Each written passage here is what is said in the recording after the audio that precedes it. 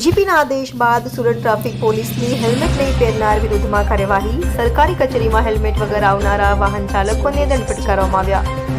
પહેલી વાર હેલ્મેટ વગર નિયમ તોડનારને 500 રૂપિયાનો દંડ ફટકારવામાં આવી રહ્યો છે. બીજી વાર 1000નો દંડ ફટકારવામાં આવી રહ્યો છે. હેલ્મેટ પહેરીને આવનારને ગુલાબનું ફૂલ આપી સ્વાગત કરવામાં આવી રહ્યું છે. આવનારી 15મીએ રાજ્યમાં ફરજિયાત હેલ્મેટનો કાયદો. રિપોર્ટર વસીમ પટેલ, અડાજણ.